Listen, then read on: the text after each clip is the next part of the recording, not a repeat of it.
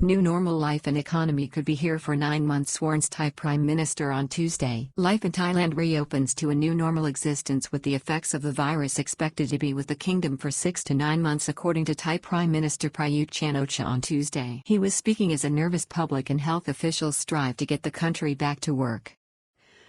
The kingdom has less than 3,000 infections and only 54 deaths, which has begun to intrigue observers as Thailand was the first country to report a case of the virus officially to the WHO outside China. Thailand's Prime Minister warned on Tuesday that the kingdom could be facing up to 9 more months living with the impact of the COVID-19 coronavirus as the disease wreaks economic devastation on the kingdom. It follows the partial resumption of domestic economic activity on Sunday with a new normal of strict hygiene and social distancing measures that have made many mundane small businesses in Thailand's capital city look like something from a dystopian sci-fi thriller of old. Thailand's Prime Minister Prayuth Chan-ocha, following a cabinet meeting on Tuesday, warned that the economic impact of the COVID-19 emergency may stay with the country for up to 9 months. He was speaking to reporters as several controversies have arisen since the first wave of business reopenings went ahead on Sunday and a nationwide ban on alcohol sales was lifted. BTS SkyTrain scare on Tuesday. On Tuesday, there was panic on Bangkok's very busy BTS SkyTrain after the system broke down temporarily. The BTS system roared back to life on Monday with many Thais in the capital heading back to work. A technical fault had developed on the line between Siam Station and the National Stadium. This caused increased passenger congestion and sparked alarm over the implications for social distancing measures when hundreds of passengers were left stranded together. However, since Monday, the high level of users on the system has also raised concern as the country nervously attempts to get back to work. Top Bangkok Hotel closes its doors as fears that Thailand is facing 10 million unemployed. It comes as one of Bangkok's most well-known hotels. The 5-star Sheraton Grand Sukhumvit on Sukhumvit Road summarily laid off its workers as Thailand's tourism industry has crashed with inbound passenger flights halted until May 31 and all borders closed. It is now widely accepted that even if this reopening plan, which began on Sunday, is successful in returning the once thriving tourist destination to a new normal, up to 10 million workers may still be left unemployed in a country which had less than 1% unemployment before the US-China trade war from 2018 and now, this catastrophe. Some experts warn that without an effective vaccine, it may take 2 to 3 years to get back to normal. Besides, like other countries, Thailand simply cannot afford further extensive lockdowns despite the threat of multiple waves of the infection still predicted by some health experts. In recent weeks, a respected health expert and former director of the World Health Organization from 2015 to 2018, Dr. Anthony Costello, warned that without a vaccine, the disease in the UK would take 2 to 3 years to play out, with 50,000 deaths before the country reached a 52 to 60% infection rate or herd immunity began to kick in. On Tuesday, the death rate in the United Kingdom crept above 32,000, the highest level of mortality from the virus now in Europe. Former WHO director warns of no quick fix to the COVID-19 pandemic. At the outset of this crisis, the government of Boris Johnson in the United Kingdom proposed and began to follow a herd immunity strategy before altering course because of massive and understandable public and media outcry to the prospect of so many lives being lost. Thailand's infection numbers and death rate, however, are intriguingly low despite being the first country outside China to report a case. However, many observers are intrigued by the low level of infection in the kingdom despite being the first country to record a case of the coronavirus in January of this year outside China.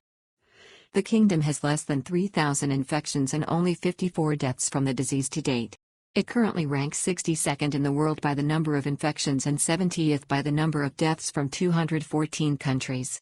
By comparison, Sweden, which has had no lockdown, is ranked as 14th by its number of deaths and 22nd by the number of infections despite having a population which approximates to 14% of that in Thailand. One contributory factor speculated on in recent weeks may be the high level of sunshine in Thailand, as US scientists have revealed in the last week that the virus cannot survive in direct sunlight. Some credit has also to be given to Thai government policies and actions since January which created awareness and encouraged the wearing of face masks. Another factor may be a less dangerous virus strain. This suggestion was bolstered by U.S. scientists with the Los Alamos National Laboratory on Tuesday when they revealed a significant mutation of the virus among 14, which has become dominant in Europe and the USA. It has become significantly more infectious and capable of infecting human cells. The mutant is called G614 and has a more effective protein spike dubbed by researchers at the U.S. Institute as D614G. U.S. scientists now want to ensure that any new vaccine can tackle this more dangerous strain of the virus. French confirmed first coronavirus case in December. Doctors in France this week revealed that a French-Algerian national has been confirmed as suffering from the virus on December 27 last when he was treated at a French hospital for acute chest pains and breathing difficulties. On Tuesday, Sweden's state epidemiologist Anders Tegnell was reported by Reuters as suggesting his country probably had cases brought by travelers from Wuhan in China as early as November. This would have clear implications for Thailand, which had direct flights from the city at the center of the pandemic, which is also a Chinese travel hub for tourists to the kingdom. Swedish health expert Anders Tegnell says his country may well have had infections last November. I think that you could find individual cases among Wuhan travelers who were there in November to December last year. That doesn't sound at all strange, but rather very natural, Mr. Tegnell said. The Swede is the architect of that country's controversial response to the disease, which has meant no lockdown and a policy of clear guidance to its citizens. Swedish leaders, nonetheless, deny categorically that their policy is based on herd immunity, but they readily accept that it may well be helped by it. Tegnell told the media, however, that he is reluctant to order an investigation into such matters as is now being carried out in France. At the moment it feels like we don't want to burden the healthcare sector with this type of investigation. They have a lot of other things to do, and this would not lead to any measure. Thailand's 4-stage reopening process has begun. The relaxation on Sunday in Thailand is part of a 4-step plan which is by no means guaranteed success as the government's medical panel and responsible officials monitor the infection rate in the country following this first phase of reopening. Similar moves in Western countries, in the last few weeks or so, have seen a noticeable rise in the R0 infection rate. In both France and Germany, this figure has risen from 0.6 and 0.7 up to 1 at this stage, giving authorities cause for concern. Fears after a rush to buy alcohol on Sunday. Meanwhile, there has also been concern expressed over large crowds seen buying alcohol when the ban was removed on Sunday in most parts of Thailand. The Deputy Prime Minister, Ngam, expressed his own concern about such scenes on Tuesday and warned that lockdown measures could be reimposed if deemed necessary. He particularly referenced scenes of large numbers of enthusiastic customers buying alcohol by the boxload apparently at department stores and wholesale outlets on Sunday. Deputy PM urged to publicly exercise caution and warns businesses they face immediate closure. Deputy Prime Minister Sanu urged the public to exercise more caution and to be more circumspect about their actions at this stage. Responsible organizations are evaluating the situation. If the outbreak starts again, all shopping malls and other venues must be closed, he warned. He also specifically warned business owners that they had a legal responsibility to ensure compliance with the new normal regulations. He said authorities would act decisively against those who breach the strict requirements. If any place cannot follow the Public Health Ministry's measures, the government will shut it down immediately. Most business concerns are assiduously compliant. The new style of business on Thailand's high streets in the last few days has been an eye-opener. Despite the fears over non-compliance with social distancing requirements, most businesses are complying assiduously. We have seen restaurants with plastic dividers and tape marking indicating where users can sit or stand. One busy hairdressing salon featured by news agency Reuters this Tuesday in a news report from Bangkok appeared more like a hospital ER department than a place to have your hair cut. Bangkok Hair Salon appears like an ER ward. Zahara Salon in Thailand's capital city had handed all staff gowns, plastic goggles, a face mask and a face shield to wear as they tended to the establishment's customers. For 34-year-old stylist Ponpaiman Meantagi, it was a bit surreal, but she was delighted to be back at work and earning an income. It's so nice being back at work, but now we feel as though we are doctors with what we have to wear, she said.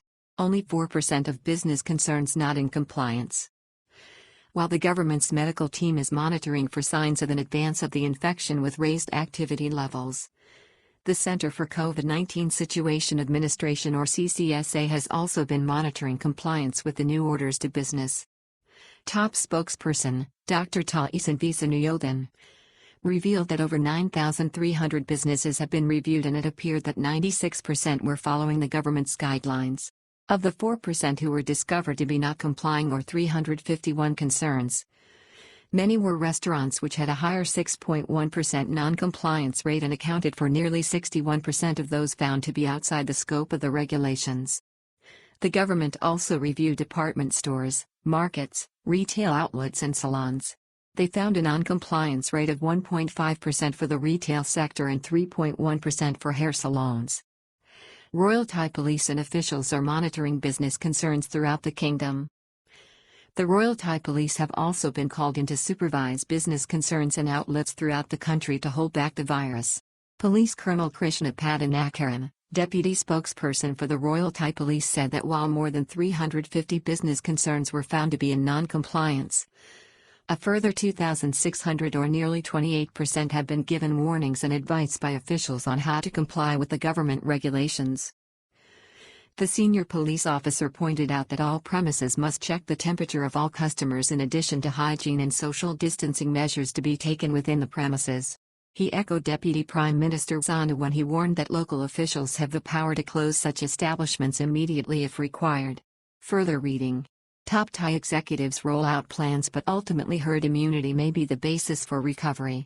Government to control rollback of lockdown measures to reopen all businesses from May until July. Some shops and outlets to reopen in Bangkok but measures to be reimposed if infection rate rises.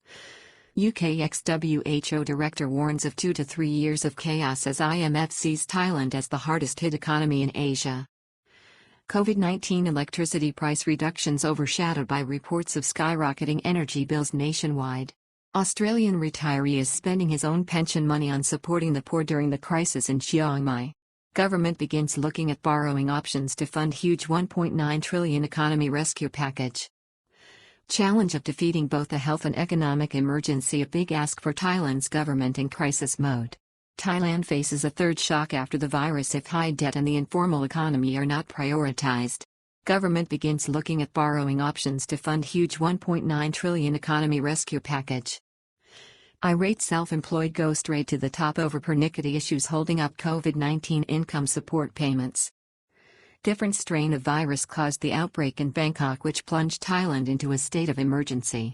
Progress in the fight against the COVID-19 enemy, but medical expert says it will still take more time. Virus may be partially airborne and minister writing face mask fracas according to new U.S. research.